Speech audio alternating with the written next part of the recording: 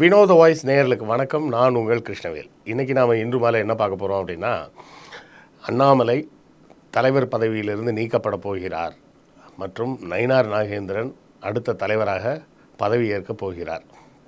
இந்த விஷயம் இன்றைக்கி ரொம்ப பரபரப்பாக போயிட்டுருக்கு. இப்போது நீங்கள் இந்த வீடியோ பார்த்துக்கிட்டு இருக்கக்கூடிய நேரத்தில் அறிவிப்பு வந்தாலும் வந்திருக்கலாம். ஏன்னா நாம் இப்போ இதை ஷூட் பண்ணுறப்போ சாயங்காலம் 4:30 மணி ஆகிடுச்சு. 2 to 4 வரை எல்லோரும் வேட்புமனு கொண்டாந்து தாக்கல் பண்ணலாம் அப்படின்னு அறிவிச்சிருந்திருக்காங்க. இப்போ அதுக்காக அமித்ஷா டெல்லியிலேருந்து வந்திருக்காரு அப்படின்ற செய்திகள்லாம் பார்க்குறோம். இதன் பின்னணியில் என்ன நடக்கப் போகிறது அப்படிங்கிறத பற்றி தான் விரிவாக நம்ம இன்றைக்கி பார்க்க போகிறோம். நம்ம வீடியோவில் அடிக்கடி நம்ம அப்புறம் நண்பர்களே புத்தகம் வாங்குன்ற போடுறதெல்லாம் நிறைய பேர் கேலி பண்ணுறாங்க. கேலி கிண்டல்லாம் பற்றி நம்ம கவலைப்பட வேண்டிய அவசியம் இல்லை. எத்தனையோ காமெடி பண்ணுறவங்க சேனல்லலாம் என்ன பண்ணுறாங்க, என்ன சப்போர்ட் பண்ணணும்னு நினச்சிங்கன்னா நீங்கள் பணம் அனுப்புங்கன்னு கேட்குறாங்க. நம்ம என்ன பணம் அனுப்புங்கன்னு கேட்குறோமா? சேனல் நடத்த பணம் தேவைப்படும். அப்படி தேவைப்படக்கூடிய பணத்தை நீங்கள் புத்தகம் வாங்கினால் உங்களுக்கு புத்தகங்கள் வாங்கிய அந்த புத்தகங்களாகிய அறிவாயுதம் உங்கள் கைக்கு கிடைக்கும். அதன் மூலமாக எங்களுக்கு கிடைக்கக்கூடிய பணத்தை வைத்து நாங்கள் இந்த சேனலை நடத்த முடியும் அப்படின்னு தான் நம்ம சொல்கிறோம். ஸோ புத்தகம் வாங்குங்க அப்படின்னு நான் கேட்பதில் நான் கூச்சப்படவில்லை. அதை பார்ப்பதற்கு நீங்களும் சலிப்படைய வேண்டிய அவசியம் இல்லை. புத்தகம் வாங்க முடியாதவர்கள் லைக் போட்டாலும் சப்போர்ட்டு தான், ஷேர் பண்ணாலும் சப்போர்ட்டு தான், சப்ஸ்கிரைப் பண்ணாலும் சப்போர்ட்டு தான், ஏன் கமெண்ட் போட்டிங்கன்னா கூட சப்போர்ட்டு தான். ஸோ ஏதாவது ஒரு வகையில் உங்கள் ஆதரவை நம்ம சேனலுக்கு கொடுத்துக்கிட்டே இருங்க. பாஜகவின் மாநில பொறுப்புகளுக்கான தேர்தல் இன்றைக்கி நடந்துக்கிட்டு இருக்கு. அதுக்கு எல்லோரும் வேட்பு மனு தாக்கல் செஞ்சுருக்கிறாங்க. ஏற்கனவே அண்ணாமலை அறிவிச்சிட்டார், இந்த மாநில தலைவர் பதவிக்கான தேர்தல் போட்டியில் நான் இல்லை அப்படின்னு அவர் சொல்லிட்டார். அது மட்டும் சொல்லலை, இன்னொன்றும் சொல்லியிருந்தார். பாஜக அதிமுகவோடு கூட்டணி வைத்தால் நான் தலைவர் பதவியை ராஜினாமா செய்துவிட்டு ஒரு தொண்டனாக பாஜகவில் தொடர்வேன் அப்படின்னு சொல்லியிருக்கிறார். அப்போ இந்த பின்னணியில் வேறு என்ன நடக்க போகுது அப்படின்னு பார்த்தோம்னா, இந்த தலைவர் பதவிக்கு யாரெல்லாம் வேட்புமனு தாக்கல் செஞ்சுருக்காங்கன்னு பார்த்தீங்கன்னா, யாருமே தாக்கல் பண்ணலை. நயினார் நாகேந்திரன் மட்டும்தான் வேட்புமனு தாக்கல் செஞ்சுருக்கிறார். முன்னாடியே பேசப்பட்ட போது பலரது பெயர்கள் அடிபட்டுச்சு. யாரெல்லாம் அப்படின்னு பார்த்தோம்னா, ஹெச் ராஜா பெயர் கூட அடிபட்டுச்சு. ஹெச் ராஜா வரலாம், ஒருவேளை தமிழிசை சவுந்தரராஜன் மறுபடியும் வரலாம் அப்படின்னாங்க. அதே போல் ஆனந்த ஐயப்பனா அவர் வரலாம் அப்படின்னு சொன்னாங்க. இப்படி பல பெயர்கள் அடிபட்டாலும் கடைசியில் தேர்தல் வேட்புமனு தாக்கல் நடக்கக்கூடிய இந்த நேரத்தில் வேறு யாருமே போட்டிக்கு வரல. நயினார் நாகேந்திரன் மட்டும்தான் வேட்புமனு கொடுத்துருக்கிறார். அப்போது இந்த கோணத்தில் பார்க்க போனால் நயினார் நாகேந்திரன் நேரடியாக அன்அப்போஸ்டு அப்படின்னு சொல்லி எதிர்ப்பு யாருமே இல்லாமல் ஒருமனதாக தலைவராக தேர்ந்தெடுக்கப்படுவார் அப்படின்னு எல்லாரும் எதிர்பார்க்கிறார்கள். ஆனால் என்னுடைய பார்வை கொஞ்சம் வேறுபடுது. அப்படி என்ன வேறுபடுது அப்படின்னா, வேறு ஒன்றும் இல்லை.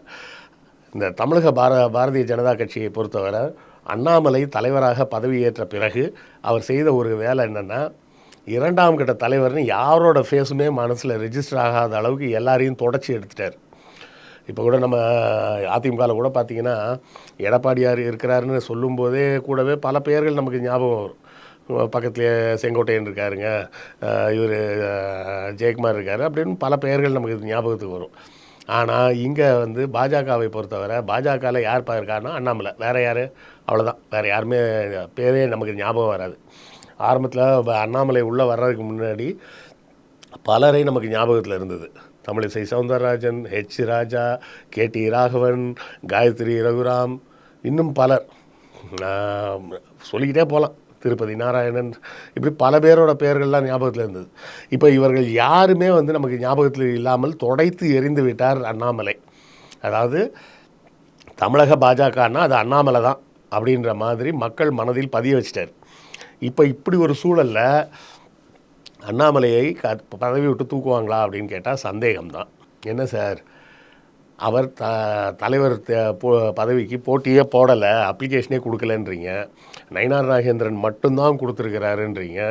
இப்படி இருக்கிற சூழலில் இவரது டேர்ம் முடிஞ்சு போச்சு, அதனால் ஆட்டோமேட்டிக்காக நயினார் நாகேந்திரன் வந்துடுவார் அப்படின்னு நீங்கள் யோசிக்கிறது எனக்கு புரியுது. இப்போ என்ன சிக்கல் அப்படின்னா, அண்ணாமலையை வைத்துக்கொண்டு அதிமுகவோடு கூட்டணி வைத்தால் எடப்பாடி ஒத்துக்க மாட்டார். அந்த விஷயத்தில் எடப்பாடி ரொம்ப ஸ்ட்ரிக்டாக இருக்கிறார். ஏன்னா எங்கள் கட்சியிலேயே எவனும் என்னை மதிக்க மாட்டான். அப்புறம் அவர் வந்து எங்கள் அம்மா ஜெயலலிதாவை ஊழல் குற்றவாளி, ஜெயிலுக்கு போனவங்கன்னெலாம் பேசிட்டாரு. இதற்கு மேலே நாங்கள் அவரோட கூட்டணி வச்சோம்னா எங்கள் கட்சியில் இருக்க கடைக்கோடி தொண்டர்கள் கூட எங்களை பார்த்து சிரிப்பாங்க, அதனால் முடியாது அப்படின்றார் அவர். இப்போது எடப்பாடியை சமாதானப்படுத்தி கூட்டணிக்கு கொண்டு வரலைன்னா பாஜகவுக்கு என்ன சிக்கல் அப்படிங்கிறத நம்ம ஏற்கனவே சொல்லியிருந்தோம். என்ன நடக்கும், இங்கே போதுமான அளவுக்கு எம்எல்ஏக்கள் கிடைக்க மாட்டாங்க. அப்படி எம்எல்ஏக்கள் இல்லை அப்படின்னு சொன்னால் ராஜ்யசபாவில் தங்களுக்கான ரெப்ரசன்டேஷனை பாஜக இழந்துடும். இல்லை சார் அதிமுகவை வச்சு வாங்கிக்கலாமே அப்படின்னு கேட்கலாம். அதிமுகவோட கூட்டணி இருந்தால் தான் பாஜகவுக்குன்னு சில எம்எல்ஏக்கள் கிடைக்கும். ஏன்னா தேர்தலுக்கு மட்டும்தான் இந்த பேச்செல்லாம்.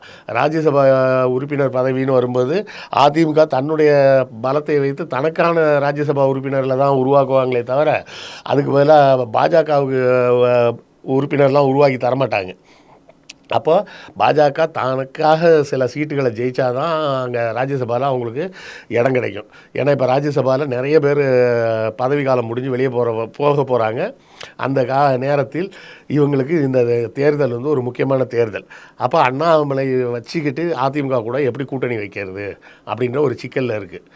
இதை தாண்டி வேறு ஒரு பெரிய சிக்கல் என்னென்னா, ஒருவேளை நயினார் நாகேந்திரனை தலைவராக போட்டு அண்ணாமலையை தலைவர் பதவியிலேருந்து இறங்க சொல்லிட்டாங்கன்னா அந்த சூழலில், ஏன்னா அரசியலில் எது வேணால் நடக்கும், ஒருவேளை அண்ணாமலை கட்சியை உடைச்சிட்டாருன்னா, தமிழ் மாநில காங்கிரஸ் அப்படின்ற பேர் ஞாபகம் இருக்கா? இப்போ கூட ஜி.கே. வாசன் அதுக்கு தலைவராக இருக்கார். அவங்க அப்பா இந்திரா காந்தியின் மிக விசுவாசமான ஒரு தொண்டர். அவரே வந்து காங்கிரஸ் கட்சியவே உடைச்சார் அப்படின்னு சொன்னால், அவர் மட்டுமா உடைச்சார்? சரத்பவார் உடைச்சார், தீதி கல்கத்தாவில் அவங்க உடைச்சாங்க. அப்போ காங்கிரஸையே உடைச்சிருக்கிறாங்கன்னா பாஜகவை உடைக்க மாட்டாங்களா மாநில அளவில் அப்படின்னு பார்த்தோம்னா கண்டிப்பாக உடைப்பதற்கு வாய்ப்புகள் இருக்குது.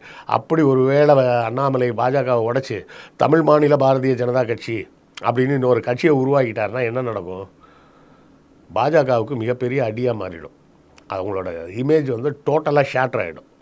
அப்போ என்ன ஆகும், அதிமுக கூட கூட்டணி வச்சா கூட பாஜகவின் வெற்றி பேசப்படாது. அது அமித்ஷாவின் ராஜதந்திரத்துக்கு ஏற்பட்ட தோல்வின்னு மாறிடும். அப்போ இப்போ பிரச்சனை என்னென்னா, அண்ணாமலையை தலைவர் பதவியில் வைக்க முடியாது. வச்சா அதிமுக கூட்டணிக்குள்ளே வராது.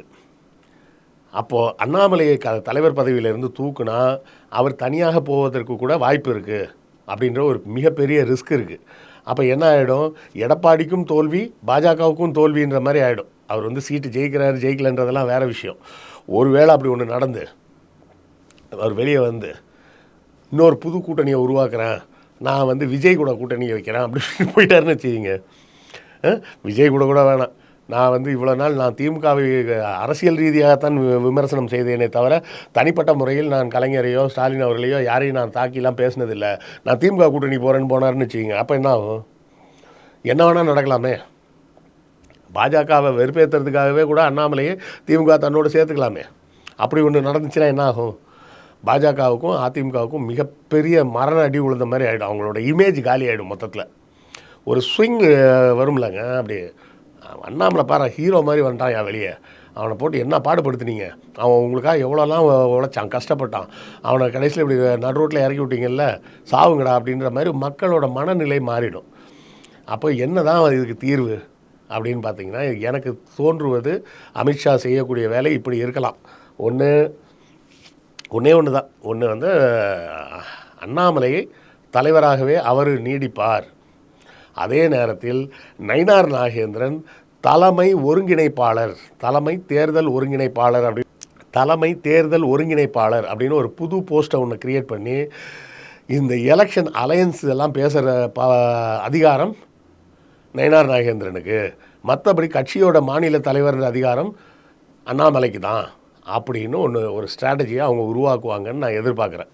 அப்போ பாஜகவுக்கு இப்போதைக்கு பாலுக்கும் காவல் பூனைக்கும் தோழன் அப்படின்ற ஒரு சூழலில் எந்த டேமேஜும் இல்லாமல் இந்த தேர்தலை பாஜக சந்திக்கணும், அதுவும் அதிமுக கூட்டணியோடு சந்திக்கணும் அப்படின்னு சொன்னால் இந்த ஒன்றை தவிர வேறு வழியே கிடையாது.